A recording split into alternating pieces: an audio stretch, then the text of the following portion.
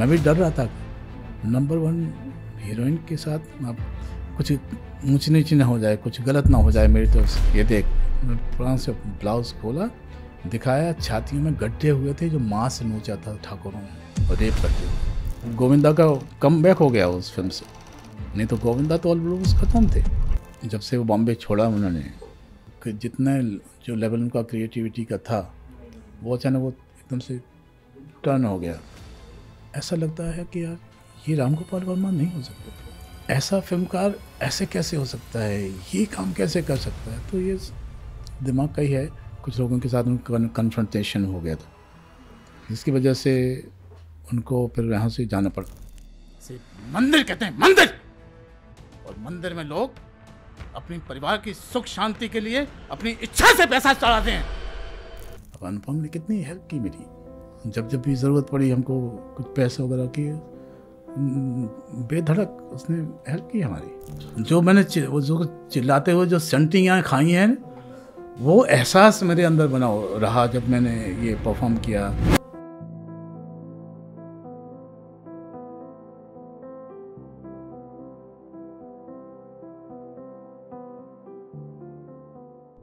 आपके बैच में अनुपम खेर भी थे? हाँ, अनुपम खेर, सतीश कौशिक, कविता चौधरी, करण राजदान, ये हम सभी एक ही बैच के हैं। अच्छा, तो सर बैच में कैसा माहौल होता था? अरे ज़बरदस्त। और ये बैच तो रहा भी ऐसा, हर बैच के हर कैंडिडेट ने काफ़ी नाम कमाया। आपके बैच के? हमारे बैच के। तो आप बैक बेंचर थे कि फर्स्ट बेंचर थे? पहले 3 दिन फर्स्ट बेंचर था और उसके बाद बिल्कुल लास्ट बेंचर हो गया। ये संगत का असर पड़ा किसी की?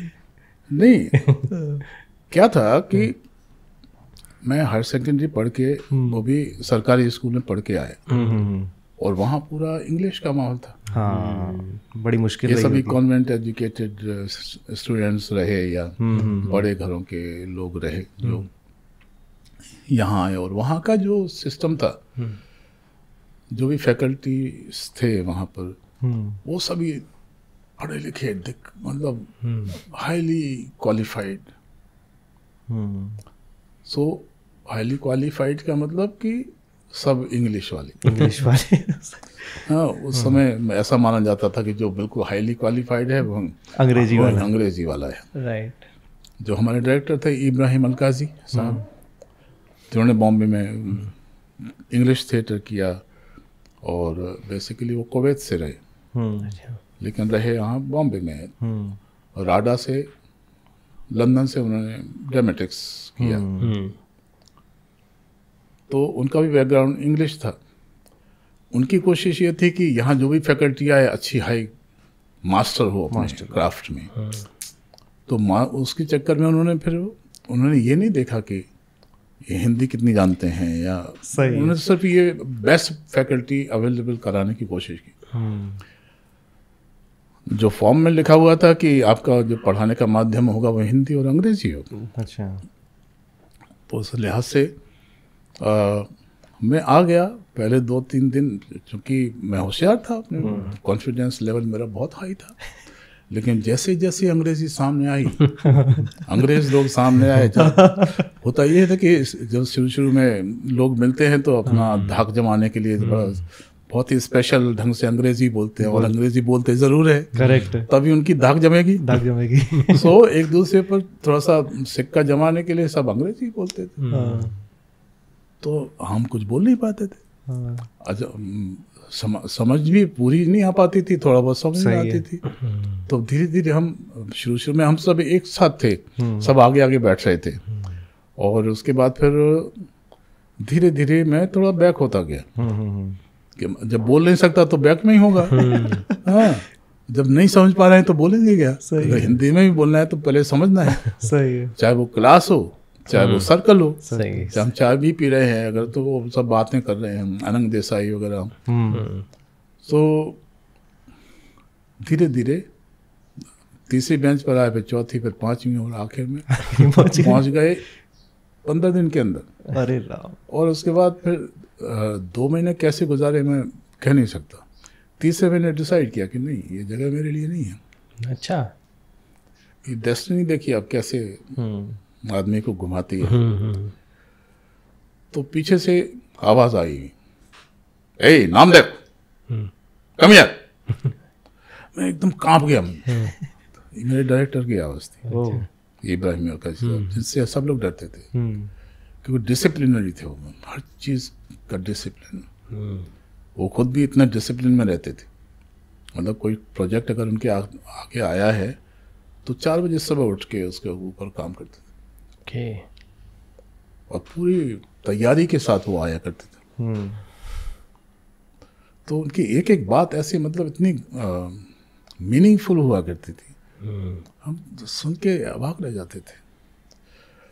तो जैसे उन्होंने आवाज़ लगाई मैं एकदम कहा क्या ये तो सर है। मैं पीछे मुड़ के yes sir yes sir yes sir come here what happened. तो इसको क्लासेस बंक करने लगा, क्लासेस भी नहीं आता है। तो तुम्हारा तो रिकॉर्ड इतना अच्छा है स्कूल का, अपने तुम्हारा पिछला रिकॉर्ड तो इतना अच्छा है, क्या है। तो जैसे ही उन्होंने थोड़ा सा सिंपैथेटिक वे में बात करनी शुरू की, मैं एकदम रोने लगा। ये सर ये जिस तरह से यहाँ पर सिखाया जाता है मुझे समझ में नहीं आता है, क्योंकि वो अंग्रेज़ी में सिखाते हैं और फॉर्म में तो ये लिखा था कि हिंदी और अंग्रेज़ी दोनों में बताएंगे। तो यहाँ तो सब चीज़ें, संस्कृत थिएटर भी अंग्रेज़ी में पढ़ाया जाता है।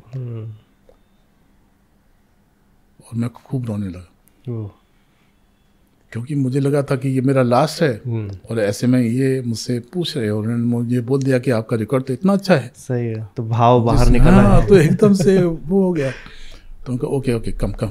वो अपने चैम्बर में ले गए, उन्होंने पानी वानी पिलाया, बैठो ओके मैं इसका सोल्यूशन निकालता हूँ। उन्होंने अपने फैकल्टी मेंबर्स को बुलाया, 3-4 जो मेन थे उनको बुलाया, उनको कहा कि सी ये लड़का क्या बोल रहे, अपने फॉर्म में लिखा हुआ है कि अंग्रेजी और हिंदी दोनों में सिखाएंगे बताएंगे, और हम सिर्फ अंग्रेजी में दिखा रहे हैं सिखा रहे हैं, इनको कैसे मालूम पड़ेगा। ये लड़का इतना ब्रिलियंट है लेकिन यहाँ भी क्लासेस बंक करने लगा, इसको कुछ समझ में नहीं आता, हेल्प करो प्लीज़, और आगे से थोड़ा सा हिंदी में भी बताओ सब लोग, और इसको थोड़ा ज़्यादा फोकस करो, जो जो उसको ना आए उसको बताओ। उस दिन से मैंने अपना रूटीन बनाया, 5 बजे उठ के 3 घंटा जो जो सब्जेक्ट्स मैं जो मुझे प्रिय थे, जैसे योगा या डांस मूवमेंट या sword फाइटिंग, इन सब के लिए टाइम बांटा और उनके ऊपर काम करना शुरू कर दिया। और विद इन 3 मंथ्स एक एक करके मैं उनमें अपनी क्लास में मतलब बेस्ट होने लगा। और फाइनली साल ख़त्म होते होते तक उन 7 सब्जेक्ट्स में मैं टॉप में था। गजब। सर अनुपम खेर कैसे थे पढ़ाई में? होशियार था वो। अच्छा, बहुत होशियार था। और आप लोगों के बीच में कभी कंपटीशन होता था? कंपटीशन तो सबके साथ एक दूसरे के साथ रहता ही है। हम एक ही क्लास में हम उम्र के, और तो कंपटीशन तो रहता था, लेकिन मैच्योरिटी लेवल हमारा बहुत अच्छा था। अभी हम देखते हैं तो अभी तो बहुत ही बेकार है। अभी मतलब मैच्योरिटी लेवल ये कि सब एक दूसरे को रिस्पेक्ट भी करते थे, एक दूसरे के काम को रिस्पेक्ट करते थे। अगर मैंने कोई अच्छा काम कर दिया तो एप्रिसिएशन दिल से आता था। अनुपम भी दिल से तारीफ करता था, या मैं उसकी दिल से तारीफ करता था। अनंग देसाई वगैरह जो हम लोग साथ में करते थे, चाहे क्लास में कोई भी एक्सरसाइज हो रही है उसमें क्या वेरी गुड, शाबाश, वेरी गुड, इस तरह से चलता था। आजकल कंपटीशन के चक्कर में लोग इमोशंस को भूल ही गए हैं। एक दूसरे के साथ कनेक्शंस, एक दूसरे के साथ इमोशनली अटैचमेंट खत्म ही हो गई। नहीं देखता हूँ मैं, ये बहुत बड़ा लॉस हुआ है जो भी जैसा भी हुआ करंट सिनारियो में। जी नाटक आप बता रहे थे सुरेखा मैम का। तो ऑफ कैमरा पूछी। लुक बैक एंड एंगर नाम का एक नाटक था जो पहली बार उन्होंने झटका दिया है ना मेरे दिमाग को। अच्छा। यार ऐसे ही करना है, वो देखा मैंने, बहुत मल्टी लेयर्ड कैरेक्टर था। हस्बैंड के साथ मतलब ट्रायंगल वाला चक्कर था। और जो एक्सप्रेस करती थी आंखें ऐसी ऐसे तीर तलवार की तरह काट जाते थे, ऐसे उनके डायलॉग डिलीवरी होती थी उसमें। और वो नाटक देख के मतलब सीट से चिपक के रह गया यार, ये चाहिए, ये चाहिए, यही करना ये चाहिए। और इस वजह से फिर मैं रेपर्टरी कंपनी में ज्वाइन किया, इन लोगों की इंस्पिरेशन की वजह से मैंने किया। और फिर उनके साथ खूब काम किया, खूब नाटक किए। बाय नेचर कैसी थी सर? अरे कमाल कमाल। सर उस समय तो रिकॉर्डिंग होती नहीं थी। हाँ यही मुश्किल हुई। हाँ, अगर उस समय रिकॉर्डिंग होती तो वो डॉक्यूमेंटेशन तक नहीं हो पाया जो हमने एक मतलब कमाल नाटक किए, लेकिन डॉक्यूमेंटेशन ही नहीं हो पाया। मुझे लगता है नीम का पेड़ में भी थी ना मैम? उसमें भी होंगी, है ना, नीम के पेड़ में पंकज कपूर सर के साथ सीरियल आज तक याद है। जब मैं रेपर्टरी कंपनी में थे, क्या मतलब अद्भुत काम हुआ करता था उस समय। फिर हम लोग मतलब कई उसमें हम लोग हस्बैंड वाइफ भी बने। अच्छा। हाँ, नाटकों में तो सब चलता है। राइट। चूँकि मेन कैरेक्टर कर रहे हैं तो फिर मेन ही आएगा। सही है। तो इस तरह से उन लोगों के साथ 1-to-1 काम करने का मौका मिला। सर आप मुंबई आए और उसके बाद आपकी पहली फिल्म थी शोला और शबनम, राइट? जी। और उसमें एक पुलिस ऑफिसर बने, लेकिन उसके बाद आपको जो फिल्में आई तो आपने ऐसा एक प्रण ले लिया कि टाइप कास्ट नहीं होना है। वो घटना बताइए कि क्या हुआ, क्यों आपने ये सोचा कि ये टाइप कास्ट वाला कैसे दिमाग में आया, किसी ने कहा कि क्या था, वो बताइए सर कैसे? हुआ यूँ था कि हम लोग शूटिंग कर रहे थे कमालिस्तान में। तो मेरे जो को एक्टर हैं महावीर शाह, अभी तो गुजर गए हैं वो। जी। तो हम लोग साथ में काम कर रहे थे कमालिस्तान में। शूटिंग मतलब एक शॉट से दूसरे शॉट में थोड़ा गैप था। तो हम लोग वही थाने के बाहर ही बैठे थे। कमालिस्तान में वो पक्का थाना बना हुआ है, पुलिस स्टेशन। तो बाहर बैठे हुए थे, तो ऐसे ही बातचीत में उन्होंने कहा, गोविंद जी जानते हैं आप ये मेरी 28वीं फिल्म है एज इंस्पेक्टर। तो कहा 28वीं मतलब? बोले हाँ, मतलब अभी तक जितना भी मैंने काम किया है उसमें इंस्पेक्टर के तौर पर मेरी ये 28वीं फिल्म है, कोई मुझे दूसरा कैरेक्टर देता ही नहीं। तो मैंने कहा कैसे, समझा नहीं। बोले हाँ, जब भी मुझे कोई कॉल आता है या जब भी कोई प्रोड्यूसर डायरेक्टर मुझे काम करने की सहमति देता है तो वो इंस्पेक्टर के रोल देता है। क्योंकि मुझे काम करना है इसलिए फिर मैं करता चला जाता हूँ। सही है। और अभी मैं इस कैरेक्टर से बंध गया हूँ।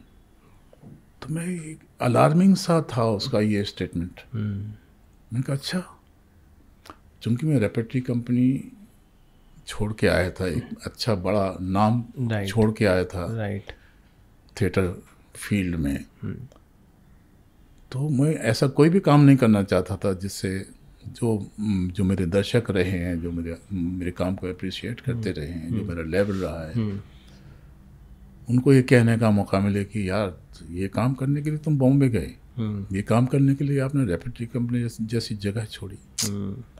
उनको हर्ट नहीं होना चाहिए। मेरे जो दर्शक रहे हैं, जो दिल खोल के मेरी तारीफ किया करते थे। यस। तो मुझे लगा कि नहीं यार, ये तो गड़बड़ है। सही बात है। तो फिर मैंने डिटेल में उनसे बात की कि क्या मतलब किस तरह से ऐसा हो गया और आप इस चक्कर में फंस गए। फिर बातचीत में उन्होंने जगदीश राज जी का भी जिक्र किया कि उनका भी यही हाल रहा। एक और 2-3 ऐसे एक्टर का नाम लिए। उन्होंने बताया जगदीश राज जी ने तो अपने यूनिफॉर्म ही सिलवा ली है अपने माप की, ताकि लोग उनको फिर बुलाए लें और फिर ड्रेस की समस्या भी ना रहे। सही है। मतलब तो वो थ्रू आउट इंस्पेक्टर का ही रोल करते रहे हैं। तो मुझे लगा ये तो गड़बड़ है, ये तो मैं नहीं होने दूंगा। इस रिलीज़ के बाद मैं इंस्पेक्टर का रोल करूँगा ही, ऐसा डिसाइड कर लिया। जब ये फिल्म आई एकदम हिट हो गई तो मेरी परफॉर्मेंस को भी लोगों ने बहुत अप्रिशिएट किया, क्योंकि पहली परफॉर्मेंस थी और अच्छी लग रही थी। तो लोग पूछ रहे थे कौन है, क्या है, कौन है, कहाँ से आए। तो मुझे इंस्पेक्टर के रोल ऑफर होने लगे। अच्छा, जैसा कहा था वैसा होने लगा था। होने लगा। यस। ये नहीं पता था कि इतनी बड़ी हिट हो जाएगी, वो सुपर हिट हो गई। गोविंदा का कम बैक हो गया उस फिल्म से, नहीं तो गोविंदा तो ऑलमोस्ट खत्म थे। तो मैं GP साहब के यहाँ से फ़ोन आया, तो मैंने उनको कहा सर मैं माफ़ी चाहता हूँ, मैं इंस्पेक्टर का रोल नहीं कर रहा हूँ अभी। तो उनका क्या क्या मतलब उनको विश्वास नहीं हुआ कि मुझे ना एक नया न्यू कमर ऐसे से बात कर रहे हैं। मैं कहा हाँ सर मैं कर नहीं सकता हूँ, और क्योंकि मैंने डिसाइड किया है कि मुझे इंस्पेक्टर का रोल नहीं करना है। अच्छा हाँ, ऐसे करके। अच्छा। और वहाँ से मुझे लगा कि मैं गलत डिसीजन तो नहीं ले लिया, लेकिन मैंने कहा नहीं, अब चाहे कोई भी हो, जैसे मैं करूँगा वो काम बाहर आएगा, फिर मुझे उसी में चक्कर में पड़ जाऊँगा। सही बात है। फिर राजन कोठारी ने ऑफ़र किया इंस्पेक्टर का रोल, बस सॉरी नहीं करना है। ऐसे होते होते इंडस्ट्री में ये बात फैल गई कि ये तो बड़ा अहंकारी है, बड़ा ईगोइस्ट है, अभी नया आया है, पहली फिल्म रिलीज़ हुई है, वो रोल के लिए मना कर रहे हैं, बड़े बड़े हमारे सीनियर्स को मना कर रहे हैं। इस चक्कर में क्या हुआ, लोगों ने फिर मुझे एकदम अवॉइड कर दिया। ओहो, अच्छा। मैं कहीं फ़ोन करूं, हाँ ठीक है आप आ जाना, लेकिन आप तो इंस्पेक्टर का रोल ही करोगे ना, अभी तो इस फिल्म में तो नहीं है, इंस्पेक्टर के रोल तो नहीं करोगे ना, इस फिल्म में तो इंस्पेक्टर का ही रोल है। अच्छा। आप अगली फिल्म में देखते हैं। इस तरह से मुझे अवॉइड कर दिया। 2 साल हो गए, 2 साल मैं फैमिली के साथ बॉम्बे में। ओह, कैसे मैनेज किया होगा? मैं कह नहीं सकता हूँ कि कैसा स्ट्रगल का टाइम था। जगह जगह जाके थिएटर वर्कशॉप्स करना, उसी से कुछ अपने दोस्तों से कुछ उधार लेके कुछ इस तरह से अपने चलाता रहा। लेकिन मिलना जुलना नहीं छोड़ा मैंने। सभी डायरेक्टर प्रोड्यूसर से मिलता। भरत रंगाचारी एक डायरेक्टर हुआ करते थे, जिन्होंने चट्टान और वक्त हमारा है, अच्छी बड़ी फिल्में की उन्होंने, नाना पाटेकर, सुनील शेट्टी वगैरह के साथ। तो उनसे मेरा लगातार संपर्क रहता था। वो FTII से थे, इस वजह से भी मैं NSD से था, वो FTII से थे। तो अच्छा इंटरेक्शन हुआ करता था हमारा।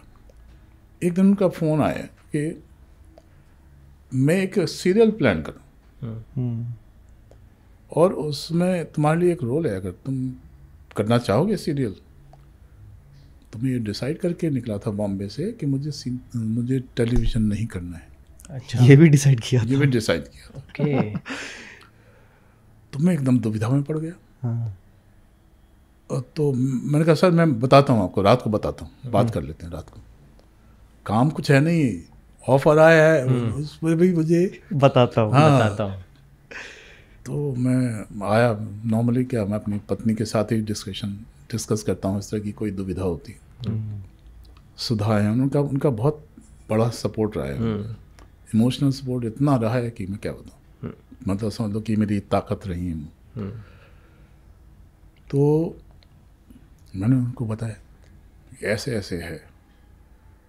एक विचार मेरे दिमाग में ये चल रहा है कि अगर मुझे ये प्रूव करना है कि मैं इंस्पेक्टर के अलावा भी बहुत कुछ कर सकता हूँ, तो ये काम करना मेरे लिए फ़ायदेमंद रहेगा। लेकिन दूसरा ये है कि टेलीविज़न का हमने इसलिए सोचा था कि नहीं करेंगे, क्योंकि एक बार जो टेलीविज़न में आ जाता है फिर वो उसको दोबारा से फिल्म में कोई नहीं लेता। उस समय यही था, और ये काफ़ी सालों से चलता रहा, अभी भी है ऐसा। कुछ बहुत ही सिलेक्टिव 1-2 एक्टर्स हैं जिनको निकल पाना थोड़ा मुश्किल हो जाता है। तो मैंने कहा ये भी है, क्या करें। तो हमारी डिस्कशन में निष्कर्ष ये निकला कि मुझे करना चाहिए, अपने आप को प्रूव करने के लिए।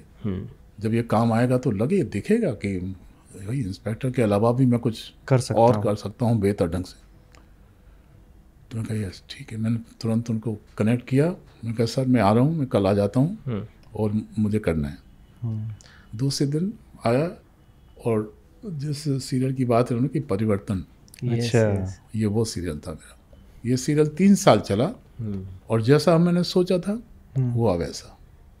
काम करने, एक अच्छी लहर आ गई, एक अच्छी लहर कि ये अच्छा काम कर सकता है। उसी दौरान मुझे बैंडेड क्वीन का ऑफर आ गया। अच्छा, वो दिल्ली से आया, ओके, क्योंकि दिल्ली में मेरा एक नाम रहा। हाँ, तो शेखर कपूर का इरादा था कि सब थिएटर के लोग हों और दिल्ली की तरफ के हों, नॉर्थ के साइड के, ताकि वो कहानी भी उसी हिसाब से थी, मतलब पृष्ठभूमि उसकी हिंदी थी।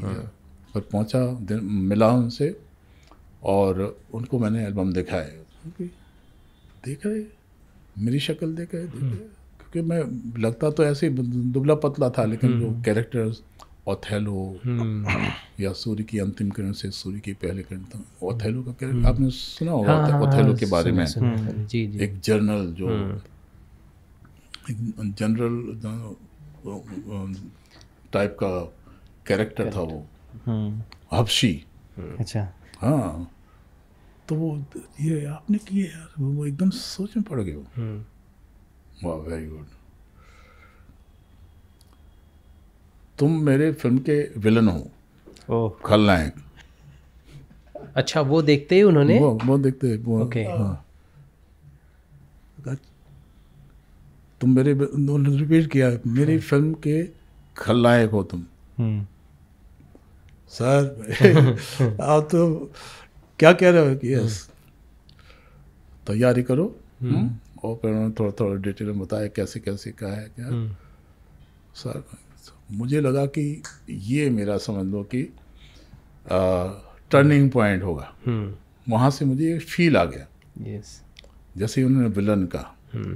और चूंकि वो कैरेक्टर बुंदेलखंडी है, बुंदेलखंडी, पूरा चंबल दिखाया जाता है, बुंदेलखंड दिखाया जाता है। तो मुझे लगा कि इससे बेहतर तो मेरे लिए कुछ ऐसा हो ही नहीं सकता जहाँ मैं अपना बेस्ट दिखा सकूँ। यस, अंदर की आवाज निकलेगी, पूरी भाषा। बिल्कुल।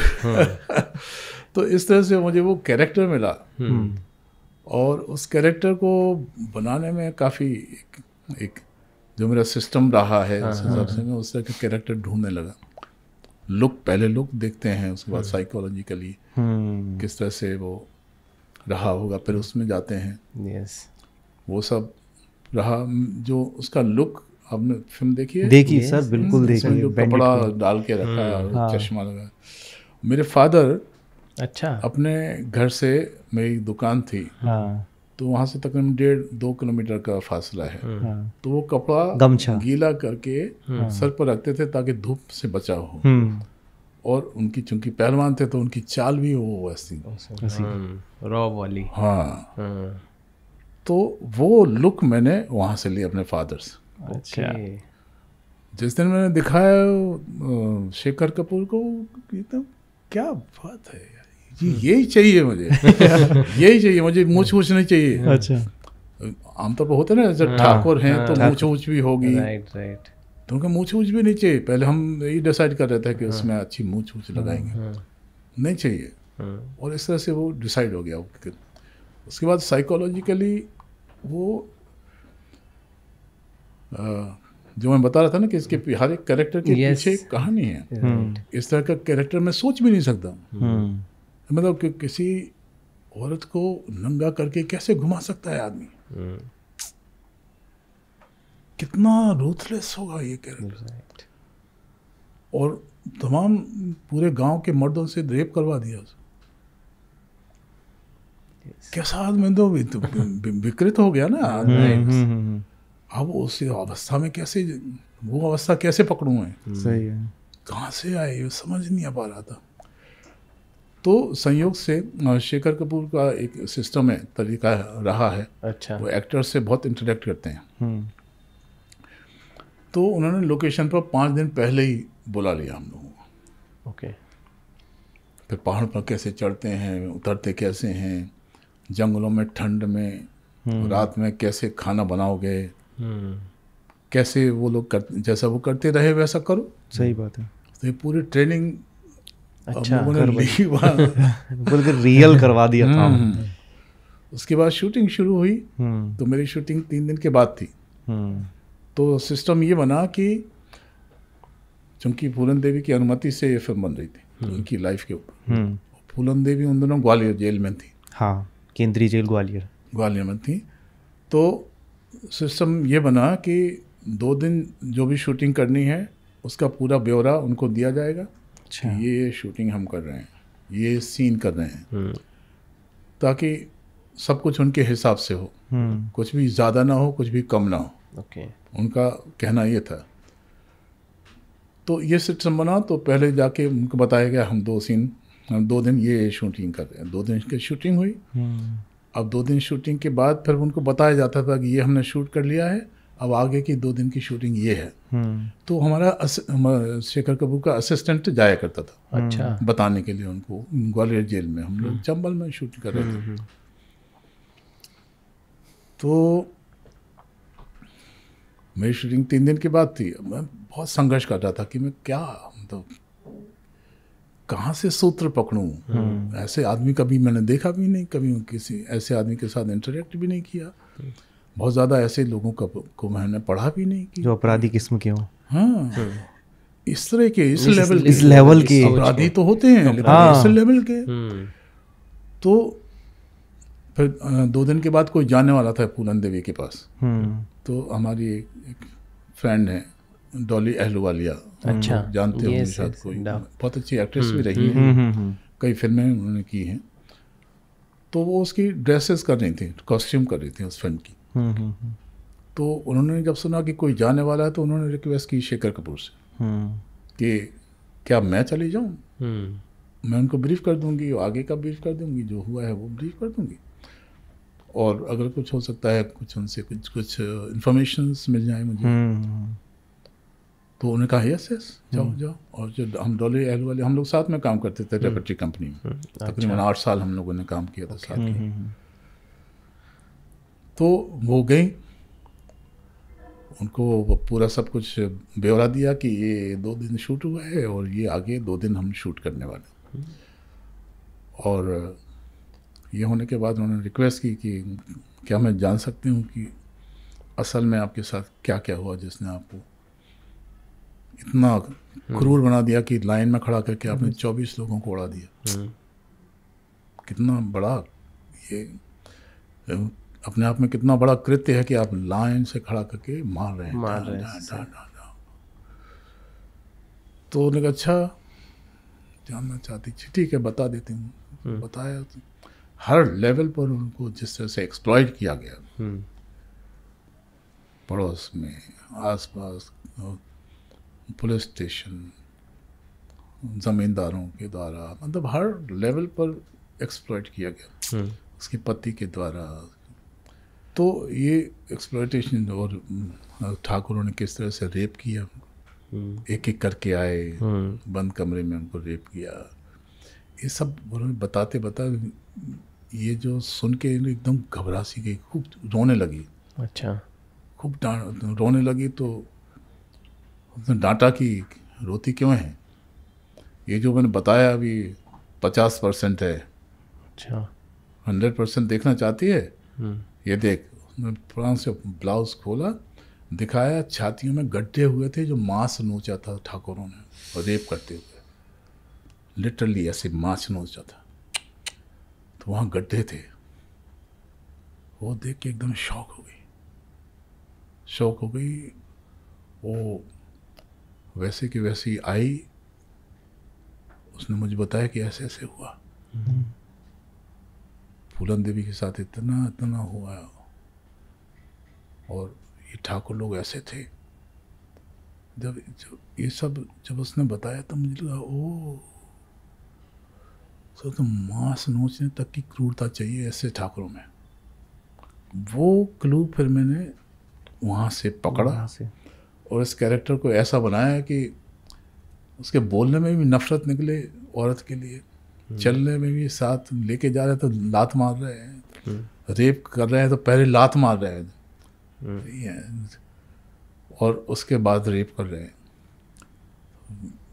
एटीट्यूड मैंने ये लिया कि जैसे होता है ना, शेर होता है ना, कोई हिरन अगर शेर को परेशान कर रहा है, भाग रहा है, पकड़ में नहीं आ रहा है, तो जब पकड़ में आता है तो वो खाता नहीं है, पहले पकड़ता है, तोड़ता है, उसको फेंकता है, फिर पकड़ता है, फिर फेंकता है। तो वो मैंने पकड़ा और उस तरह से वो एटीट्यूड लेके सारी एक्टिविटीज़ उस तरह से की। इस वजह से वो कैरेक्टर ऐसा बना कि लगभग हर दर्शक बाहर निकलते समय गालियां देता हुआ निकलता, यार इसको क्यों छोड़ दिया, इसकी माँ की तब जाके ये लेवल बना उस कैरेक्टर का। आपने कभी सोचा नहीं कि आपके ऊपर एक विलन की छाप पड़ जाएगी? जैसे आपने इंस्पेक्टर बनने के लिए तो मना कर दिया था। हाँ। कभी लगा नहीं कि हर बार मुझे नेगेटिव रोल ही दिया जाएगा? हाँ, मुझे मालूम था, लेकिन मुझे मालूम था कि मैं हर बार एक नया कैरेक्टर सामने रखूंगा सबके। विलन देखिए, विलन के तौर पर विलन रहेगा, लेकिन वो ऐसा विलन नहीं रहेगा कि टाइप कास्ट जैसा लोग करते थे उस समय। अब देखें बैंडेड क्वीन का ठाकुर, दबंग ठाकुर, रूप सायका नीचड़ मतलब नफरत आए लोगों की, यार ये कैसा, ये आदमी माधुरी दीक्षित को रेप कर रहा है, जो नंबर 1 हीरोइन है, वो के दिलों में राज करती है यार। तो वो उसके बाद विरासत, अपंग वाला, यस वो पूरा एक कैरेक्टर। उसके बाद सरफरोश, क्या कहता है ये जबान खींच लूँगा, समझे ना, ये वाला। उसके बाद फिर सत्या, भाव कैरेक्टर्स हैं इसमें। गोविंद नामदेव नहीं दिखेगा इसमें, कैरेक्टर दिखेगा। इस वजह से वो तो मुझे मतलब मैं चाहता भी ऐसा था, विलन करूं, और विलन भी इसलिए करूं क्योंकि मेरी ऑब्जर्वेशन ये थी और सिस्टम भी यही था, सिर्फ 3 कैरेक्टर्स मेन हुआ करते थे फिल्मों में। सही है। हीरो, हीरोइन और विलन।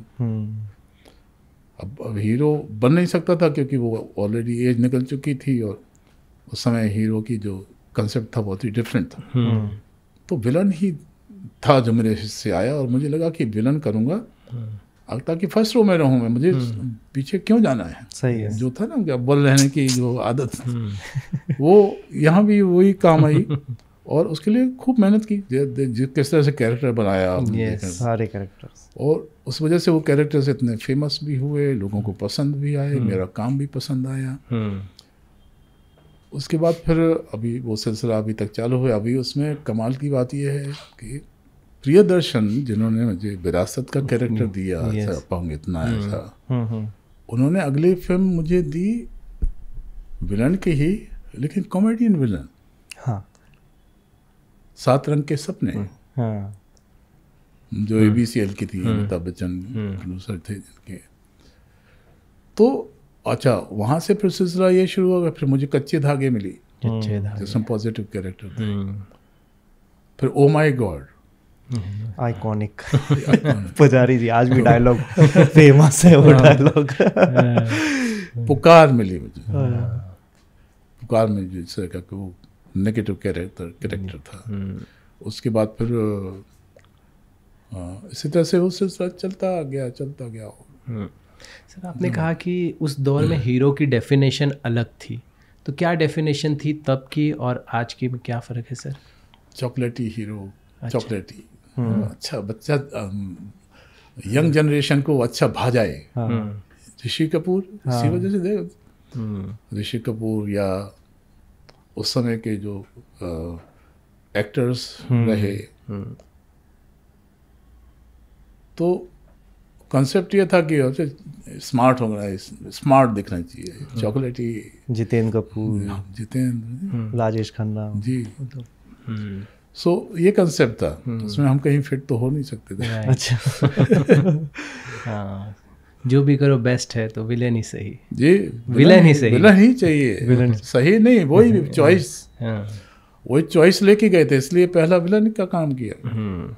लेकिन विलेन बनने के लिए लोग कतराते हैं कि विलेन बनना थोड़ा, जबकि आप जब भी पर्दे पे आए, या अमरीश पुरी जी आए, ओम पुरी आए, और अगर मैं एक बार आशुतोष राणा ने भी बड़ा अच्छा विलेन का रोल निभाया, आप लोगों ने विलेन की परिभाषा ही बदल दी और आज तक चली आ रही है। मतलब ऐसा विलेन कि लोगों को पसंद आए कि उनको मजा आए विलेन। आमतौर पर है ना, ऐसा अदायगी ऐसी हो कि उनको पब्लिक को अच्छा लगना चाहिए। कभी आप बाहर निकले हो और आपके उस रोल को देख के आपको किसी ने बड़ा नफरत तरीके से देखा होगी, आपने ऐसा रोल किया, या जैसे आपने कहीं कहा भी है कि जब तक गाली ना पड़े विलन को तब तक वो फेमस नहीं होता। हाँ, तो तब तक उसका काम सही नहीं है, इसका मतलब तो ये है। मतलब विलन का काम किया, खलनायकी की, तो गालियाँ पड़नी चाहिए तभी वो सक्सेसफुल है उसका काम। तो ऐसा तो बहुत ही आम था। हमारे अपने रिश्तेदार हमसे दूर दूर होने लगे, डरने लगे हमसे, पता नहीं क्या कर देगा ये। मतलब उनको मनाने में, उनको समझाने में टाइम लग गया मुझे। तो और आम ये जहाँ जहाँ रहा, मैं थोड़ा थोड़ा दूर, एक दूरी बना के रखी लोगों ने, सिर्फ इस वजह से क्योंकि इमेज मेरी ऐसे क्रिएट हो गई। खतरनाक आदमी है भाई। जैसे कि रोल करता है आदमी की कुछ इमेज वैसी हो जाती, धीरे धीरे उनको समझ में आता, नहीं यार ये तो कुछ अलग है, पर्दे का रोल अलग है, पर्दे का कैरेक्टर अलग है, मेरा रियल कैरेक्टर अलग है, रियल कैरेक्टर अलग है। वो धीरे धीरे समझ, जब इंटरेक्ट करते हैं लोग, व्यवहार करते हैं, तब उनको समझ में आता है कि अरे यार ये तो बिल्कुल अपोजिट है। और मैं बिल्कुल अपोजिट ही हूँ। नहीं बिल्कुल सर अपोजिट है, वो तो हम बिल्कुल जान चुके हैं। और उसकी एक वजह भी, एक बहुत ही समझ लो कि ये बड़ा फिलोसॉफिकल सोच है ये। मैं इतना पॉजिटिव नहीं था पहले। अच्छा। बात बात पर खूब गुस्सा आता था, ऐसे भनभना जाता था और लड़ाई झगड़ा करने के लिए तैयार हो जाता। जिस तरह के कैरेक्टर्स मैंने किए थिएटर में भी और यहाँ फिल्मों में भी, जितनी नेगेटिविटी थी वो सब शूटिंग में वहीं कर डाली, निकल गई। घर आया तो बिल्कुल प्योरिटी की तरफ, बिल्कुल प्योरिटी के साथ। अच्छा। जब भी मैंने रेप किए, रेप करके घर आ रहे हैं, या किसी का मर्डर करके घर आ रहे हैं, या किसी को छल कपट करके उसका ज़मीन हड़प के घर आ रहे हैं, तो अनजाने में ही मतलब ये सोच लेके आ रहे हैं कि कितना गलत काम किया था ये, कितना गलत काम है ये। किसी के मतलब अपनी औरत को आप बिल्कुल समझ लो उसके साथ ज़ोर ज़बरदस्ती करके आ रहे हैं, तो घर आ रहे हैं तो बच्चों को ज़्यादा प्यार कर रहे हैं, घर आ रहे हैं तो पत्नी को ज़्यादा प्यार कर रहे हैं, अनजाने में ही। तो जितना नेगेटिविटी मैंने, जितना नेगेटिव कैरेक्टर्स मैंने किए, जितनी नेगेटिविटी शायद कहीं रहेगी होगी मेरी, वो सब उनको करते करते वहीं छोड़ते प्योरिटी की तरफ मैं बढ़ा हूँ अपने कैरेक्टर, व्यक्तिगत रूप से अपने व्यक्तित्व को लेके अगर मैं बात करूँ तो बहुत प्योरिटी की तरफ गया हूँ। जब भी मैंने जितने ये नेगेटिव कैरेक्टर्स किए, इन्होंने मुझे सुधार दिया है। इन कैरेक्टर्स ने मुझे सुधार दिया, क्लीन कर दिया। सर जो प्रेम ग्रंथ में जो रेप सीन था उसको आपने कैसे किया, और जब माधुरी दीक्षित जैसी सुपरस्टार, और क्या वो भी इस सीन को करने से पहले थोड़ी घबरा रही थी, आपको भी कुछ घबराहट हो रही थी, तो वो कैसे हुआ वो सीन पूरा? इस मामले में मैं माधुरी जी का बहुत ही मतलब, तो मैं भक्त हो गया उनका। अच्छा। इतना नए एक्टर को कितना कोऑपरेशन, अगर ज़्यादा इस लेवल के एक्टर्स से अगर कोऑपरेशन मिलता है तो जो उसकी नर्वसनेस होती है, जो उसकी कॉन्शियसनेस होती है, वो फिर अपने 100% में आ जाता है। आमतौर पर ऐसा होता नहीं है। वो एक एक्ट्रेस का अपने एक ऑरा होता है, वो अपने उसमें रहती हैं, लेकिन उन्होंने बहुत कोऑपरेट किया शुरू से ही लेके, मतलब शुरू से ही हमारी बातचीत भी शुरू हो गई, और कुछ मतलब कि कहाँ से किया वगैरह इस तरह की व्यक्तिगत बातें भी शुरू हो गई, जिन्होंने और उनके इस एटीट्यूड ने मुझे बहुत कंफर्टेबल बना दी। तब जाके बिल्कुल ऑलमोस्ट एंड में हमने ये शूट किया। अच्छा, ये सबसे आखिर में शूट किया गया? आखिर में शूट किया हमने, लोनी में शूट किया, वो भी ठंड में किया। अच्छा। पानी को गर्म किया उस हौज में, और तब तक हम काफ़ी कंफर्टेबल हो गए थे। मैं उनको हाथ जोड़ के बोल देता था, मैं ऐसे करने वाला हूँ ना, हाँ ठीक है कोई। तो मुझे बहुत फ्री किया उन्होंने। तो अब देखें कैसे सीन्स, वो सीन का क्या टेम्परामेंट था, किस तरह से मैंने उनको बहुत ही बीहड़ तरीके से मैंने वो सीन किया, लेकिन उन्होंने बहुत कोऑपरेट किया। सर उस दौर में कहीं ना कहीं एक्टर या एक्ट्रेसेस जो होती तो उनका एक रॉब होता था, तो वो अपने उस चीज़ को मेंटेन करते थे कि मतलब, तो उस दौर में माधुरी कैसी थी, अगर आप बता पाएँ कि किस तरह के वो थी? मतलब वो अपने उसमें थी। लेकिन मैंने ये देखा कि जो सच्चा आर्टिस्ट होता है वो सामने वाले देख लेता है अगर ये कि एक अच्छा आर्टिस्ट है, मेहनत करता है, तो हम उसको सपोर्ट करते हैं। वाह क्या बात, बहुत अच्छा किया, ऐसा करके। राइट। तो वो औरत था उनके साथ। मैं भी डर रहा था कि नंबर 1 हीरोइन के साथ आप कुछ ऊंच नीच ना हो जाए, कुछ गलत ना हो जाए मेरी तरफ से, जिसकी वजह से हमारे बीच गड़बड़ हो जाए। सही बात है। बहुत हर चीज़ का ध्यान रखते हैं, मतलब हम आते नमस्ते भी करनी है, और मतलब कुछ ऐसी धृष्टता ना हो जाए मेरी तरफ से जो उनको नाराज कर दे। तो इस बात का मैंने भी ध्यान रखा, और मेरा जिस तरह से इंट्रोड्यूस उन्होंने किया, लगभग तीनों भाई साथ में हुआ करते थे जब शूटिंग होती थी। अच्छा। रणधीर कपूर जी, चिंटू कपूर जी, और चिंपू कपूर, राजीव कपूर। अच्छा। तो उन्होंने बहुत अच्छे ढंग से मेरा परिचय उनके साथ कराया था। जिस तरह से उन्होंने बैंडिट के बारे में सुना था, शेखर कपूर ने उनको मेरे बारे में ब्रीफ किया था, वो सब उन्होंने उनको बताया कि ये उनके साथ में ही पढ़ा है। अच्छा। और ओमपुरी के साथ भी मैं काम कर चुका था नाटकों में जी। तो उस हिसाब से मेरा इंट्रोडक्शन भी हुआ था।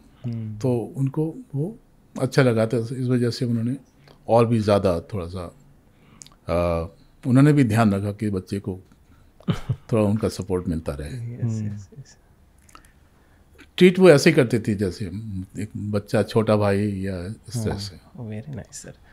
सर आपने सत्या की बात की, सत्या में आप भाव बने थे, राम गोपाल वर्मा, शानदार फिल्म, मतलब देखे तो फिर हर एक कैरेक्टर उसके अंदर धमा।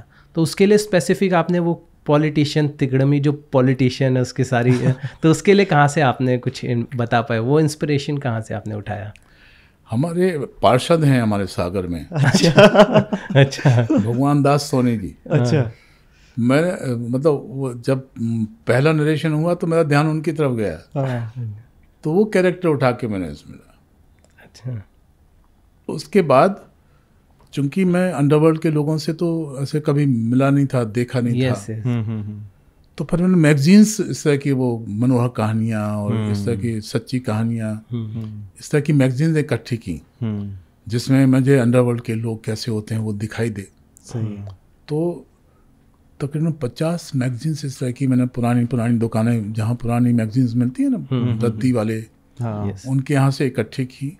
उनके यहाँ से सब मैंने वो सभी मैगजीन्स को मैंने देखा, उनमें जहाँ जहाँ फोटोज़ थे अंडरवर्ल्ड के लोगों के वो सब निकाले और एक फाइल बनाई। अच्छा। उस फाइल में जो जो कैरेक्टर्स मुझे लगा कि ऐसा कुछ लोग, ऐसा कुछ मूछ, ऐसा कुछ साइड्स, ऐसा कुछ बाल होने चाहिए, वो सब मैंने चिपकाए पूरी फाइल में। अच्छा। और अपनी तरफ से वो उनका जो हमारे पार्षद रहे जिनको मैं चाहता था, उनका स्टाइल ऐसा जो मेरे तरीका था कि हर कैरेक्टर को अच्छे ढंग से हमको प्रेजेंट करना है तो उसके ऊपर वर्क भी करना है। तो पूरा ऐसे तकरीबन एक फाइल बनाई। और जब पहला हमारा डिस्कशन था इस कैरेक्टर को लेके, वो मैंने राम गोपाल वर्मा के सामने रख दी। अच्छा। कि सर ये देखिए, ये सब अंडरवर्ल्ड के लोग हैं, इसमें इनकी ये मूंछ मुझे लगता है कि इस कैरेक्टर के लिए बहुत सूट करेगी। और ये इस तरह के बाल और इस तरह ऐसे मैंने उनको सब कराया। और ये कैरेक्टर है, इसकी मैं चाल ढाल चाहता हूँ कि मैं आप दिखाऊँ आपको। तो देखा इस तरह से कोई नॉर्मली करता नहीं होगा, मेहनत। अच्छा, वेरी गुड। खुद देखा पलट के, सर ये जो गैप दिख रहा है ना, अच्छा पता नहीं कैसे होता होगा।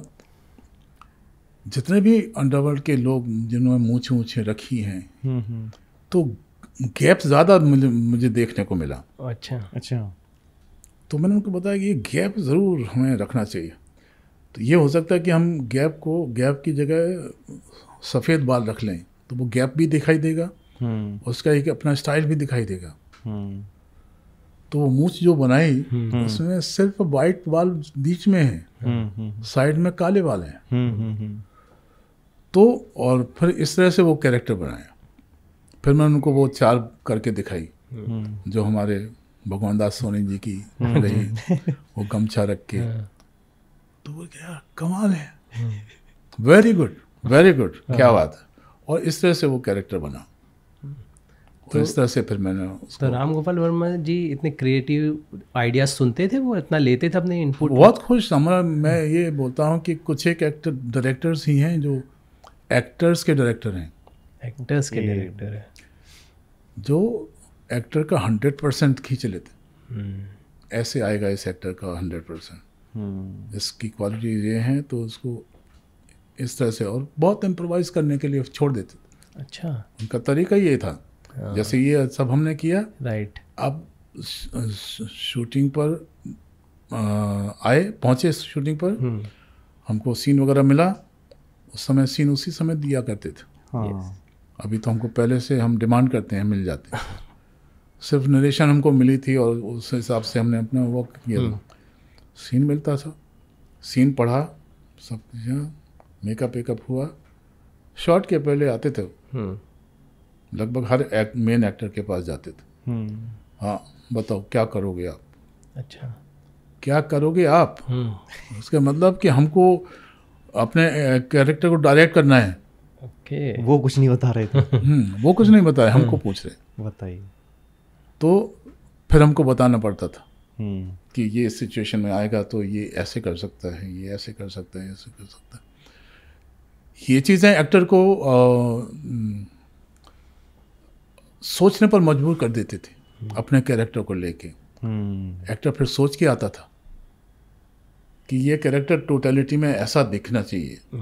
उस कैरेक्टर की जो भी चाल ढाल और जो भी उसकी हैबिट्स वगैरह रही हैं, उस हिसाब से इस पर्टिकुलर सिचुएशन में, इस सीन में वो इस तरह से बिहेव करेगा, इस तरह से बोलेगा।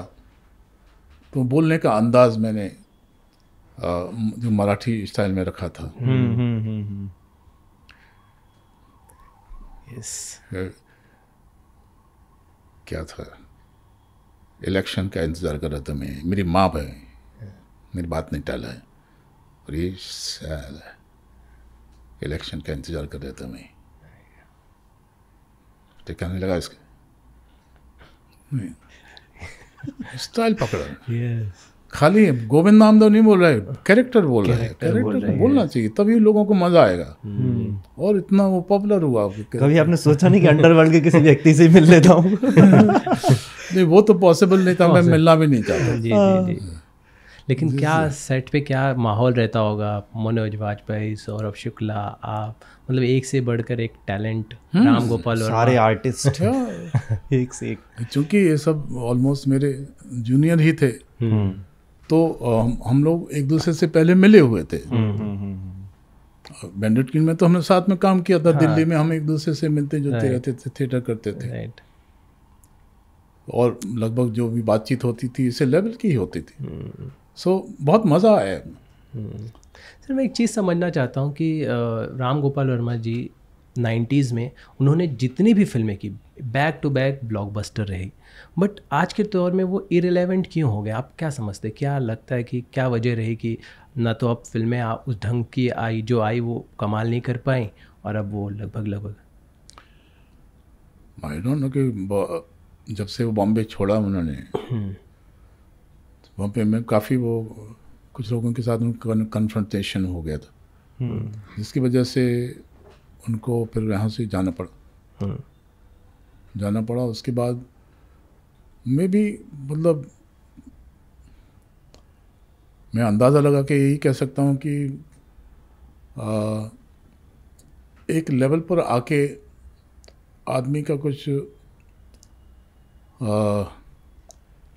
माइंड की तरफ से चेंजेस होते हैं। बहुत सारे चेंज होते हैं जो दिमागी चेंजेस होते हैं, वो उसमें वो आ गया कुछ, कई बार सिचुएशंस ऐसी होती हैं, सर्कमस्टांसेस ऐसी होती हैं जो उनको उस लाइन पर लेके जाती हैं। और वो उस बहुत ज़्यादा जितने जो लेवल उनका क्रिएटिविटी का था, वो अचानक वो एकदम से बिल्कुल टर्न हो नीचे गया। चला। वही उनके हर काम में ऐसा लगता है कि यार ये राम गोपाल वर्मा नहीं हो सकते, बिल्कुल नहीं हो सकते ये, कि सत्या, सरकार राज, कंपनी, यस, रंगीला ऐसे अद्भुत फिल्म्स उन्होंने दी हैं। बिल्कुल एक अलग अलग जोनर की फिल्में उन्होंने, क्या बिल्कुल कमाल की फिल्में उन्होंने दी हैं। ऐसा फिल्मकार ऐसे कैसे हो सकता है, ये काम कैसे कर सकता है? तो ये दिमाग का ही है। तो हो सकता है कि आने वाले समय में शायद वो फिर टर्न हो जाए। मैं तो बहुत होपफुल हूँ क्योंकि मतलब मैंने बोला भी, एक्टर्स का डायरेक्टर है ये। बिल्कुल वो जानता है कि इस एक्टर का 100% कैसे निकालना है।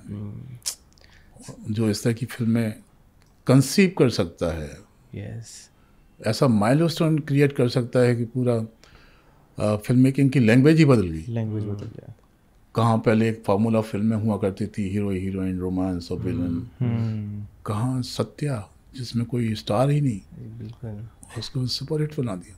तो आपको लगता है कि राम गोपाल वर्मा कम बैक करेंगे और बहुत तगड़ा करेंगे? आई थिंक वो होगा ऐसा, क्योंकि जो लेवल मैं जानता हूँ, जो गहराई उनकी जानता हूँ, वो कहीं ना कहीं कुछ ऐसा होगा कि वो गहराई बाहर आएगी। सर वो जब उन्होंने मुंबई छोड़ा गए तो उसके बाद आपकी बातचीत हुई, कभी मुलाकात? नहीं, उसके बाद नहीं हुई। अच्छा, उसके बाद नहीं हुई। एक वो फिल्म प्लान करने की कोशिश कर रहे थे जिसमें वो चाह रहे थे कि एक ट्रेलर टाइप कुछ प्रेजेंटेशन बनाया जाए। उसके लिए कई एक्टर्स उन्होंने उनका साथ काम किया। उसके बाद वो फिर क्या हुआ पता ही नहीं लगा। क्या कब वो शिफ्ट कर गए ये भी नहीं पता लगा। अच्छा सर, पहले जो विलन्स थे इन्होंने अच्छी खासी छाप छोड़ी, लेकिन आज ऐसे कोई विलन इतने खास तौर पे अपनी पूरी इमेज नहीं बना पा रहे हैं। क्या देखते हैं आप इसको, किस तरीके से? आजकल तो इमेज अच्छे एक्टर्स की है। अच्छा एक्टर, हाँ, आजकल विलन और हीरो में इस तरह से मुझे नहीं लगता सेग्रीगेशन हो सकता है, क्योंकि अभी सिचुएशनल जो सब्जेक्ट्स आ रहे हैं आम जिंदगी से उठ के आ रहे हैं, आम जिंदगी से रिलेटेड हैं सब। तो जो विलन्स भी हैं वो भी आम जिंदगी जैसे ही हैं, कोई स्टाइलिश नहीं है, स्टाइलाइज्ड नहीं है। तो एक अच्छे एक्टर के तौर पर जैसे नाना पाटेकर ने क्या नाम बनाया है, अनुपम खेर जी, परेश रावल हैं, नेगेटिव भी करते हैं, पॉजिटिव अभी तो पॉजिटिव करते हैं। अभी नए नए एक्टर्स में देखो। Yes yes. सर आजकल मैं देख रहा हूँ कि पहले के टाइम पे मूवीज आती थी तो एक ही मूवी आती थी, खत्म। आजकल सीक्वल्स का जो चक्कर चल रहा है, इसको आप कैसे देखते हैं? क्या कारण हो जाते हैं कि सीक्वल्स बनाने पड़ रहे हैं? कहानियाँ कम रह गई हैं या नई क्रिएटिविटी नहीं है? क्या है इसके पीछे का कारण? इसके पीछे मतलब जो आप कह रहे हैं वही है, जो ऑलरेडी सक्सेसफुल है उससे जोड़ के कुछ ना कुछ कहानियाँ इस तरह से बनाई जाएं, ऐसा सोच रहता है इसके पीछे। कुछ जब तक कुछ नया सब्जेक्ट, कुछ ऐसा जो दिल को लगे, बहुत अच्छा लगे, ऐसा सब्जेक्ट जब तक डायरेक्टर के पास नहीं आता वो नहीं आगे बढ़ता। तो ले देखे फिर वो ऐसा कुछ जब नहीं आ रहा है, टाइम जा रहा है, तो फिर वो सब सोचने लगता है कि इसको ऐसे चलो फिलहाल ये कर लेते हैं, बाद में देखते हैं दूसरा। तो फिर इस तरह से सीक्वल बनते चले जाते हैं। तो मतलब क्रिएटिविटी की कमी देख रहे हैं आप बॉलीवुड में अभी?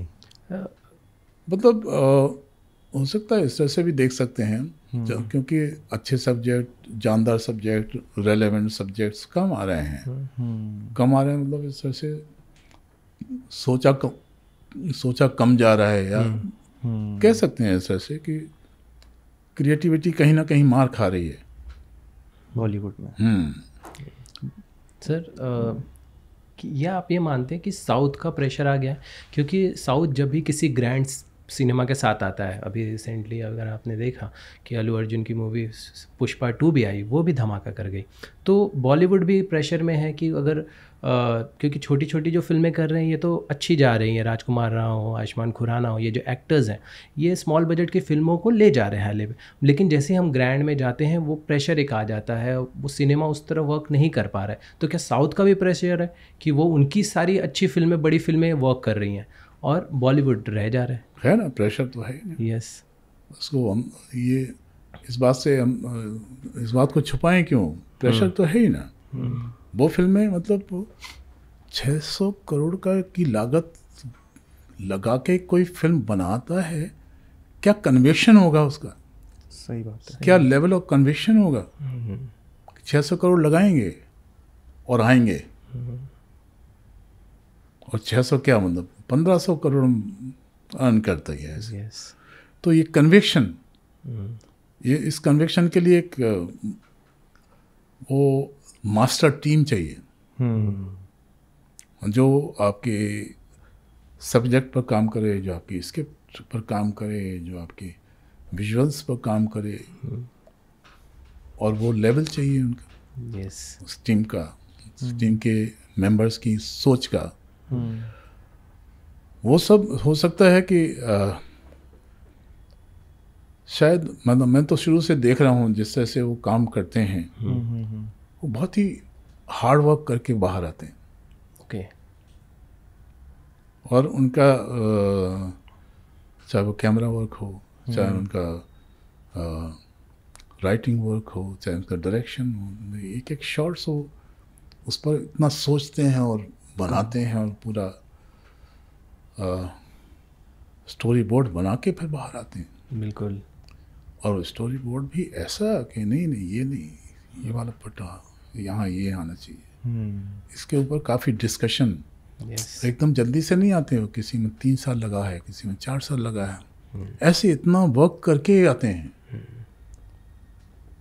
कमाई उसके बाद करते हैं, यहाँ जल्दी कमाई करते हैं।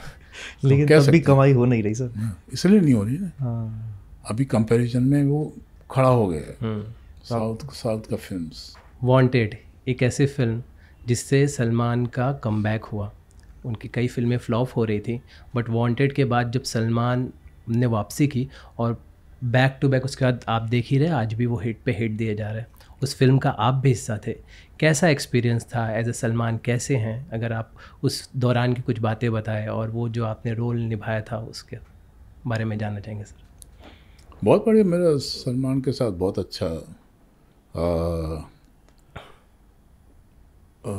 अच्छा इंटरेक्शन रहा है।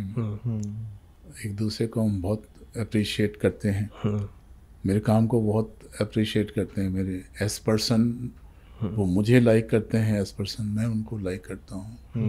बहुत ही हेल्पफुल, हम सब लोग जानते हैं। काफ़ी कई लेवल पर उन्होंने कई अच्छे लोगों को अच्छा हेल्प किया है, हम सुनते रहते हैं। और आमतौर पर क्या होता है कि हम ये सोचते हैं कि शायद स्टार हैं, सीन को अपने हिसाब से करेंगे, या सीन को डिस्कस नहीं करेंगे। कि हम एक्टर्स हैं, जब एक्टर्स मिलते हैं तो हम सीन को डेवलप करने के लिए या अपनी कैरेक्टर के हिसाब से सीन को और ज़्यादा बेहतर बनाने के लिए हम कोशिश में इम्प्रोवाइजेशंस करते हैं। उसको ऐसा नहीं करते, उसको ऐसे करते हैं, ऐसे करते हैं, ऐसे करते हैं। तो आमतौर पर ऐसा सोच रहता है मन में कि शायद स्टार्स के साथ हम ऐसा ना कर पाएँ। लेकिन चाहे वो सलमान हो, चाहे वो आमिर हो, चाहे वो शाहरुख हो, इन तीनों में ये क्वालिटी है कि एक्टर्स को बहुत सपोर्ट करते हैं। अच्छा, इसको ऐसे चलो इम्प्रोवाइज करते हैं, चलो ऐसे करते हैं इसको। और वो दूसरे एक्टर्स का बहुत मान देते हैं, सम्मान करते हैं। मुझे तीनों से बहुत सम्मान मिला, बहुत इज्जत करते हैं। सर आप कितने इतने सारे रोल किए, दर्जनों फिल्में आपके पास है और एक से एक आइकॉनिक कैरेक्टर्स आपने किए। अगर मैं आपसे पूछूं आपके फेवरेट 3 कौन से हैं? फेवरेट 3? हाँ।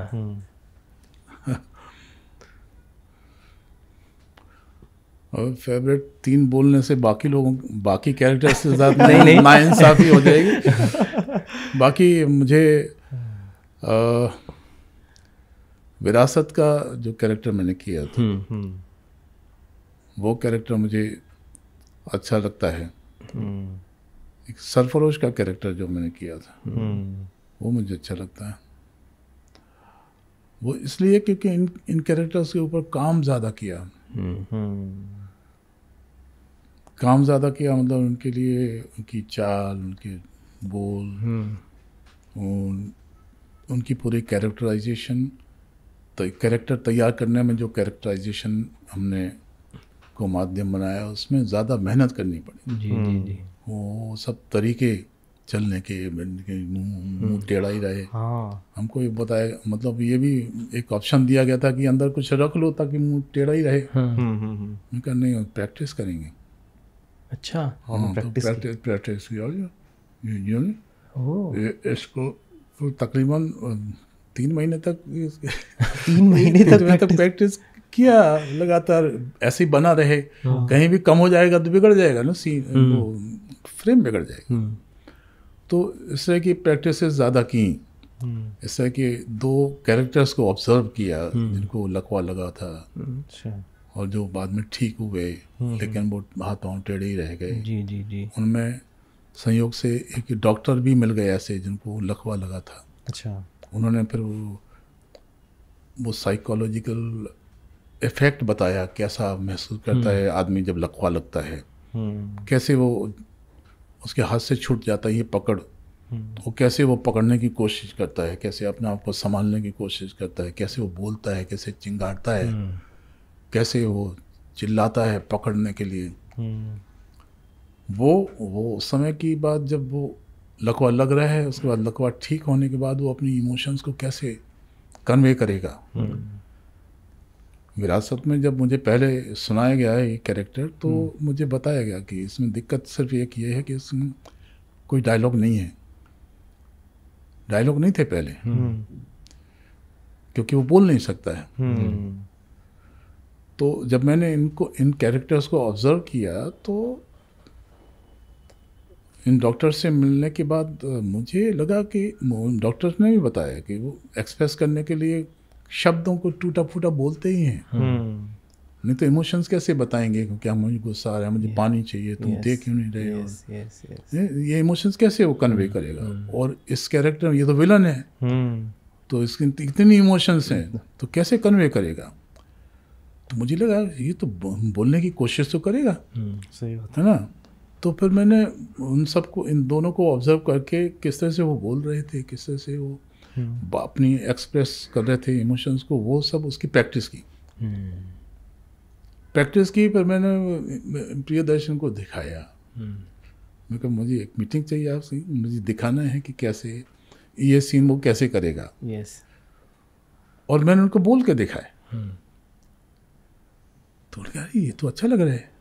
उन्होंने पूरा और सीन मतलब और मुझे कहा कि और थोड़ा करूँ। करके उनको लगा कि ये तो बड़ा अच्छा है, ये बोलने का जो अंदाज़ बहुत अच्छा लग रहा है इसके मुंह से। तो विनय शुक्ला जी थे जो लिख रहे थे डायलॉग्स वगैरह, तो उन्होंने विनय जी को कहा कि इसमें आप डायलॉग लिखो उनके लिए। तो इस तरह से मेरे लिए वो डायलॉग लिखे गए। और फिर वो डायलॉग मैंने उसमें इस्तेमाल किया, जबकि पहले डिसाइड था कि बोलेगा नहीं। फ़ोन पर ये बताया गया, तो तुम्हें दुविधा में पड़ गया था कि ये रोल करूँ कि नहीं। हालांकि इतनी बड़ी फिल्म है, लेकिन बोलने को नहीं मिलेगा तो मैं कैसे करूँगा। फिर मुझे लगा कि नहीं, अपना कुछ तो योगदान मैं करूँगा इसमें, कैरेक्टर बनाऊँगा, चलो करते हैं।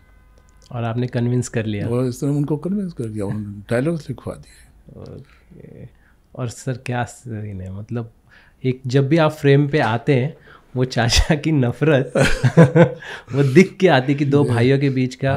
क्योंकि दुश्मन जो अगर बाहरी हो तो इतना फर्क नहीं पड़ता, लेकिन घर का जब दुश्मन हो वो बाद में वो टर्निंग पॉइंट आता है उसका, जब अमरीशपुरी गुजर जाते हैं। यस वो भाव, तो उनकी चिता को देख के जो भाव आता है, आंखों में जो मॉइस्चर आता है,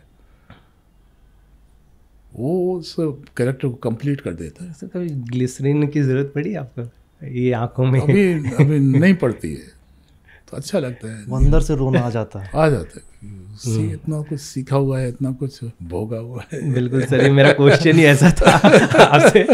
हाँ सर, तीसरा आपने नहीं बताया सर। हाँ, दो बताया आपने, विरासत बताया आपने, और ये इसका बताया। तीसरा क्या है आपका? सरफरोश। सरफरोश का बताया, और तीसरा मुझे सत्या का कैरेक्टर। अच्छा, सत्या के भाव का वाला, वो बेटर लगा। सर पुजारी जी के कैरेक्टर को आपने कैसे सोचा कि ओ माय गॉड वाला पुजारी इस तरीके से बोलेगा, जब एग्रेसिव होकर के अपने भगवान के पक्ष में, अपने धर्म के पक्ष में? तो उसकी भी कहानी है, तो फिर एक कहानी बोलेंगे तो फिर उसमें टाइम जाएगा। तो उसकी कहानी ये है कि सागर में देखो कैसे, मतलब एक एक्सरसाइज है कि इमोशंस में जाने के लिए एक मेमोरी पार्ट होता है। मेमोरी में रखते हैं एक्टर्स, रखते हैं सिचुएशंस को, इमोशन, उस समय उस सिचुएशन में क्या इमोशंस आपने महसूस की उसको, तो ये उसी का पार्ट है। जब ये नरेशन हुआ तो एकदम से मैं कनेक्ट किया एक साधु से। अच्छा, जो हमारे सागर में था। सागर में उस समय जब मैं 12-13 साल की उम्र में था। हुआ यूँ था कि हमारे 3-4 दोस्तों की मित्र मंडली थी, जो छुट्टी वाले दिन जैसे संडे हुआ तो सबर्ब्स में चले जाते थे, इकट्ठे होते थे। अच्छा। सबर्ब्स में जहाँ खेती होती है, जहाँ पहाड़ियाँ, ग्रामीण इलाकों में पहाड़ियाँ हैं, जहाँ आम के पेड़ हैं, अमरूद के पेड़ हैं, ये खेती होती है जहाँ, वहाँ पर एक छोटी सी नदी थी, और नदी के किनारे एक छोटा सा मंदिर था, एक छोटा सा कुआं था जिसको कुइयाँ बोलते हैं। हाँ, पीने का पानी उसमें से इस्तेमाल किया जाता था। तो हमारा शगल ये रहता था कि गए, दिन भर घूमे, खूब फल फ्रूट्स वगैरह जो कुछ भी वहाँ मिले हमने लाए, उस नदी के किनारे सब क्लीन किया। या जैसे चने के पेड़ होते हैं, उसको हम बूट बोलते हैं। अच्छा। तो खींचे, हाँ, उसको उसमें से वो निकाला और उसको हम आग में भूनते थे। अच्छा। भून के उसके बाद छील के खाते थे। हो रहा जी।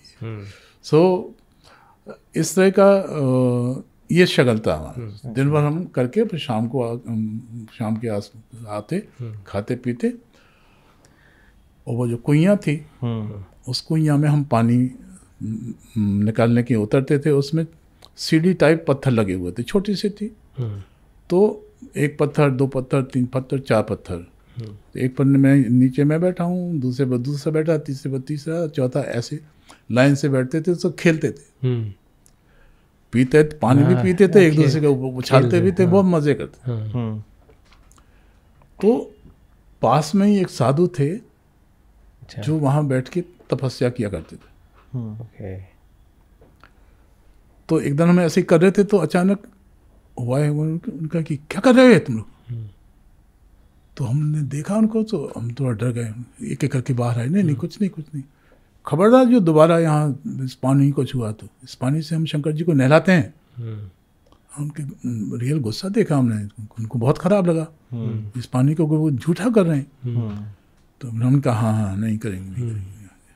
ऐसा करके हम लोग चले गए। अब बच्चे तो ऊत होते हैं, जो चीज़ मना करो उसी की तरफ जाता है ध्यान, यहाँ कि करके देखते हैं। तो 1 हफ्ते हमने छोड़ दिया, नहीं किया, डरते रहे कि कहीं वो आ जाएंगे। तो दूसरे हफ्ते हमने देखा कि अंदर झांक के देखा, नहीं, कुटिया में नहीं है। चलो गए, फटाफट गए और ऐसे पानी वानी पिया, एक दूसरे पर उछालने लगे। अचानक वो फिर आ गए, वो कड़क आवाज़ में, चलो निकलो, एक एक करके खींच के उन्होंने बाहर निकाला हमको। आज के बाद अगर तुम इस पानी को छुआ ना, तो संटियों से मार के तुम्हारा भुड़ता बना देंगे, समझे ना। ऐसा करके हम बिल्कुल डर गए। हम कहा नहीं, अब नहीं करेंगे। उसके बाद 2-3 हफ्ते और गुजर गए, डर के मारे हम गए नहीं उधर। फिर एक दिन हमने देखा कि यार चलो एक बार और ट्राई करते हैं, देखते हैं आसपास कहीं है तो नहीं। देखा तो कुटिया में भी नहीं थे, इधर उधर भी नहीं थे, और हम कहा जल्दी से थोड़ा सा पानी पी लेते हैं। गए वहाँ, थोड़ा सा पानी वानी पिया और थोड़ा एक दूसरे उछाला। एक मैं सबसे ऊपर था, एक हाथ आया ऐसे ऐसे पकड़ा और ऐसे खींच लिया, तो उड़ के मैं आया सामने, और उनके हाथ में संटी थी। और जो सुटाई उन्होंने की है मेरी, जो आंखों के अंगारे जो मैंने देखे उनकी आंखों में वो सुटाई करते हुए, वो अंगारे मुझे याद आए जब मैंने इस कैरेक्टर को नरेशन लिया। और वही का वही एंगर मैंने इस कैरेक्टर में ले आया। बहुत ही अलग लेवल का था। जो कोई भी मतलब नॉर्मल में इतना एंग्री नहीं हो सकता जितना एंग्री मैंने आज, मतलब जितने भी एंग्री लोगों को देखा है मैंने रियल लाइफ, वो टॉप लेवल का, कुछ अलग लेवल का एंगर था जो मैंने इसमें इस्तेमाल किया। सर वो डायलॉग अगर आप सुना पाओ एक गुस्से वाला तो अरे याद करना पड़ेगा, मेरी दिली इच्छा है। बहुत हाई लेवल का है वो तो। अरे सर सुना दो। उसमें वो है ना कि कोर्ट में परेश रावल बार बार मंदिर को दुकान बोल रहे हैं, शिवलिंग को पत्थर बोल रहे हैं, ऐसे करके उसको बिल्कुल पागल बना रहे हैं। क्योंकि दिखाया है कि पंडित और भगवान का कितना गहरा रिश्ता होता है। कोई अगर भगवान को ऐसे तरह से बात करे, लताड़ लताड़ के बात करे, तो कितना गुस्सा आ सकता है। जैसे परेश रावल बोलते हैं कि ये जो दुकान चला रखी है ना आप लोगों ने, इसमें कितनी कमाई होती है, वो कर कर के, तो उसको बहुत ज़्यादा गुस्सा आ जाता है। तो बहुत गुस्से में बोलता है, सिर्फ मंदिर कहते हैं, मंदिर, और मंदिर में लोग अपनी परिवार की सुख शांति के लिए अपनी इच्छा से पैसा चढ़ाते हैं। तूने एक सिद्ध संत का अपमान किया है, अब तू इस धरती पर रहने लायक नहीं है।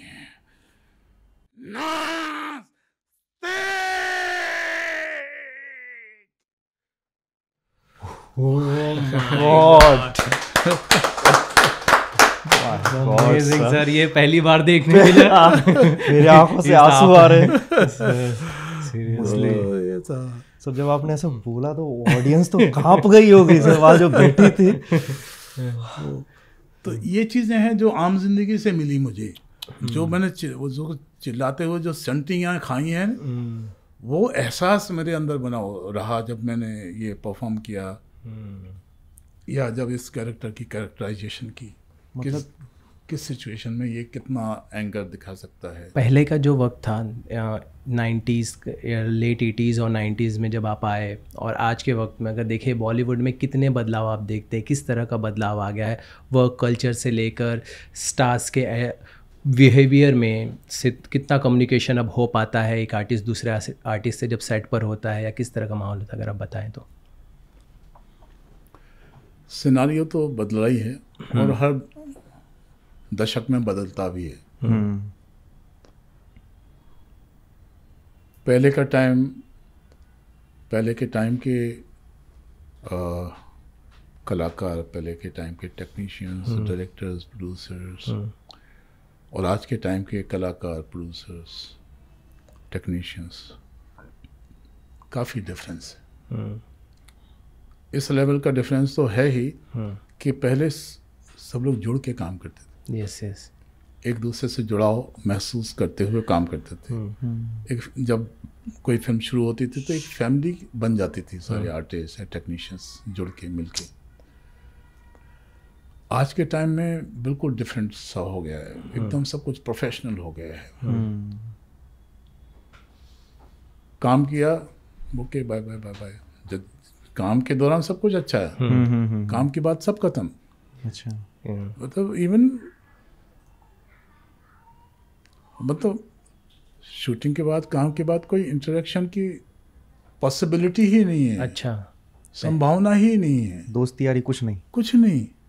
कुछ भी नहीं। पहले पार्टीज वगैरह होती थी, मैं दोस्त यारी में चलो कोई होती थी, हम लोग मिलते थे, हम लोग साथ में जाते थे, हाँ, पार्टियां मनाते थे, एक दूसरे के घर जाते थे।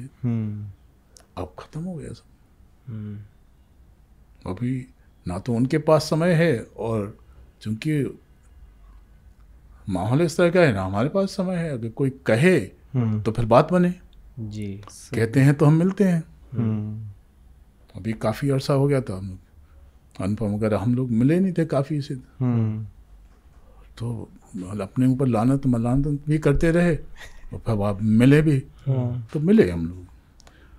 तो माहौल बदल गया है। ये है कि उस टाइम के लोग जो जुड़े रहे वो आज भी जुड़े हुए हैं। जितना समय मिलते हैं हम उसको समय को यूटिलाइज करते हैं। वही जो आजकल के जो नए एक्टर एक्ट्रेसेस आ रहे हैं, क्या वो उसी तरीके का रेस्पेक्ट आपको देते हैं, आप जैसे जो सीनियर एक्टर्स हैं उन लोगों को? हाँ, रिस्पेक्ट हमको वही मिलता है। अच्छा। जैसे मैंने अभी जैसे फिल्म की थी भूल भुलैया 2, तो कार्तिक आर्यन और कियारा आडवाणी, पहली बार हम काम कर रहे थे। मुझे लगा था कि पता नहीं यार, जैसा सुना है आजकल ध्यान ही नहीं देते हैं और रिस्पेक्ट नहीं देते, कहीं ऐसा ना हो कि काम साथ में कैसे करेंगे। सही बात है। हमको तो आदत पड़ी है रिस्पेक्ट लेने की, क्योंकि मान सम्मान सभी लोग देते हैं, इसलिए सही बात है। हाँ, तो एक वो चाहत बनी रहती है कि यार ऐसा ना हो कोई डिग्रेड ना करे हमको। तो जैसे ही पहली बार मिले और मेरा सारा वो सोच ख़त्म हो गया। बहुत अच्छे ढंग से दोनों बहुत अच्छे ढंग से मिले और खूब एप्रिसिएशन के साथ मिले, जिन्होंने मेरा काम ऑलरेडी देखा हुआ था उस काम को भी मेंशन करके काफ़ी रिस्पेक्ट दिया। तो कार्तिक आर्यन और कियारा दोनों का व्यवहार आपके लिए अच्छा? बहुत ही अच्छा, बहुत ही अच्छा। तो सर आपने रणबीर कपूर के साथ भी काम किया, उनके पिताजी के साथ भी काम किया, दोनों के बीच में आप क्या अंतर देखते हैं बिहेवियर में या एक्टिंग में, किस चीज़ में? अभी तो चूँकि चिंटू जी जा भी चुके हैं, उनके बारे में हम ज़्यादा तो बात नहीं कर सकते। सिर्फ ये है कि मुझे रणवीर ज़्यादा अपीलिंग लगा, ज़्यादा क्लोज लगा, ज़्यादा समझदार भी लगा। उसमें है वो बात, ग्रेस है उसमें। अच्छा। जो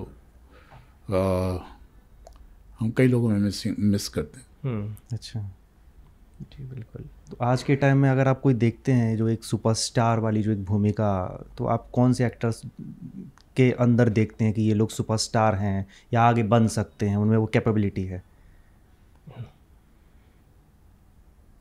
किन लोगों की बात कर रहे हैं जो ऑलरेडी हैं? नहीं जी नहीं सर, जैसे आप टैलेंट अब जो इस समय नए चेहरे आ रहे हैं, ऐसा आपके थ्रू आप देख पा रहे हैं कि किस है उस लड़के में या उस लड़की में इतना दम है, टैलेंट, बस अपने लोक से या अपने नाम की वजह से नहीं बल्कि टैलेंट के दम पर, उस बारे में? ये अभी जो जिस तरह से रणवीर जिस तरह से काम कर रहे हैं, बहुत ही कमाल के एक्टर हैं वो।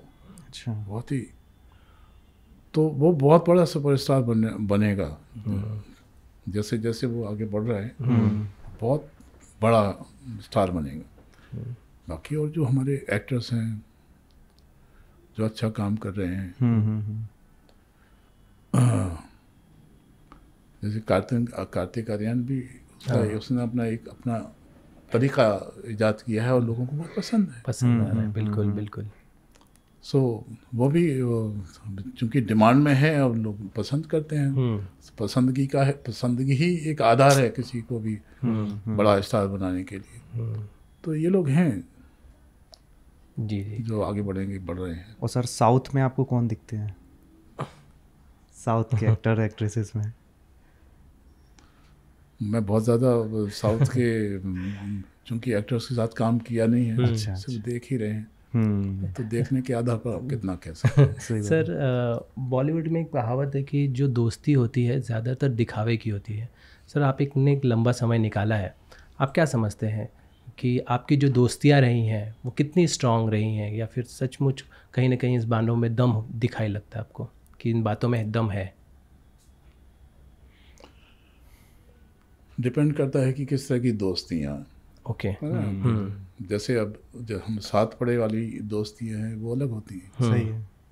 जैसे हम मैं अनुपम के सतीश कौशिक रहे साथ, या जैसे मैं जब नया नया आया तो जिस तरह से इन लोगों ने मेरे साथ दोस्तियाँ निभाई, बिल्कुल, वो आज के समय में तो कहाँ अभी नहीं है, वो तो बात ही नहीं है। वही मैं जो बता रहा था, वही भावनात्मक रूप से नहीं जुड़ाव है। अब अनुपम ने कितनी हेल्प की मेरी। अच्छा। एक इमोशनल ताकत भी रहा वो मेरी। और जब भी ज़रूरत पड़ी हमको कुछ पैसे वगैरह की, बेधड़क उसने हेल्प की हमारी। जी जी। कौन करता है आजकल के समय में? नहीं करते लोग, नहीं है। सो वो भावनात्मक जुड़ाव नहीं है आजकल के समय में जी, जो पहले था। Thank you so much sir, हमसे इतनी सारी बातें करने के लिए। Thank you very much. Thank you, आपने हमको मौका दिया इतनी सारी बातें करने के लिए।